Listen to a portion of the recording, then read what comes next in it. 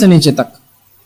آئیے اسی طرح اللہ کے رسول صلی اللہ علیہ وسلم فرماتے ہیں, یہ حدیث کے اندر حاکم کی روایت ہے یہ, جس میں اللہ کے رسول صلی اللہ علیہ وسلم فرماتے ہیں, ابو ہریرہ رضی اللہ عنہ حدیث کے راوی کہا کہ 4 آدمیوں پر اللہ کا حق ہے کہ ان کو کبھی جنت نصیب نہ کرے. 4 آدمی ایسے ہیں جن کو اللہ کو حق ہے ان کو کبھی جنت نصیب نہیں کریں گا, مطلب ہمیشہ جہنم میں جلیں گے. پہلا فرمایا شراب خور,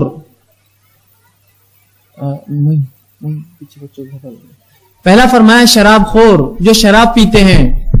دوسرا فرمایا سود خور جو سود کھاتے ہیں. تیسرا فرمایا یتیم کا ناحق مال لینے والا. چوتھا فرمایا اپنے ماں باپ کو اپنی مال و دولت اور خدمت سے آنکھ کرنے والا. یہ چاروں کو اللہ کبھی جنت میں نہ ڈالے, اللہ کا حق ہے یہ. شرابی, ہم شراب کو عام سمجھتے ہیں, آج میرا عنوان نہیں ہے. سود آج عام سمجھ لیا گیا.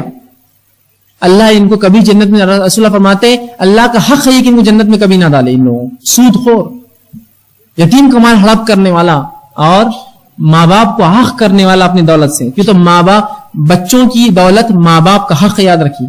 رسول اکرم کے پاس ایک شخص آیا کہ اللہ کے رسول میرا والد میرا پورا مال خرچ کر میں جو کچھ لاتا ہوں, کیا اسے بچا کے رکھوں؟ تاکید کیجیے آپ اس کو. رسول اکرم اس کے والد کو بلایا اور کہا اس لڑکے سے, تو اور تیرا مال دونوں تیرے باپ کا ہے, تو خود بھی تیرے باپ کا, اس کا مال بھی تیرا ہے, تو اس کو روک نہیں سکتا, خرچ کرنے دے, کھول دے اس کے لیے. تو جو ماں باپ کو حق کر دے اپنی دولت سے, اپنی خدمت سے, یہ بھی جنت میں نہیں جائیں گا. اللہ کا حق ہے کہ ان لوگوں کو جہنم میں ڈالے ہمیشہ کے لیے.